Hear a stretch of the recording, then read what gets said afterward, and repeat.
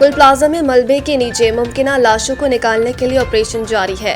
Deputy commissioner south Javed नबी खोसो ने कहा है कि गुल प्लाजा में मलबे के नीचे मुमकिना लाशों को निकालने के लिए ऑपरेशन जारी है। कराची में मीडिया से गुफ्तगू करते हुए डीसी साउथ ने बताया कि गुल प्लाजा में 55 से 60 अफराद जाँ बाक हुए, जिनमें से 48 अफराद का पोस्टमार्टम हो चुका है, जबकि 86 अफराद ताहाल लापता है। डिप्टी कमिश्नर ने बताया कि मलबे के नीचे से मुमकिना लाशों को निकालने के लिए ऑपरेशन जारी है।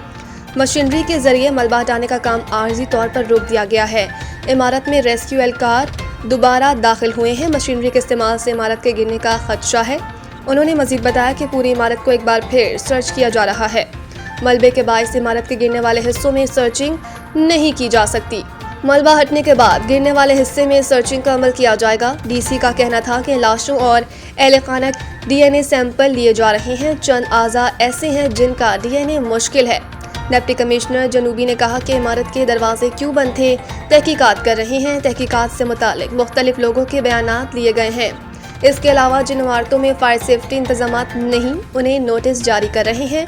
फायर सेफ्टी न होने पर 6 इमारतों को नोटिस जारी किए गए हैं।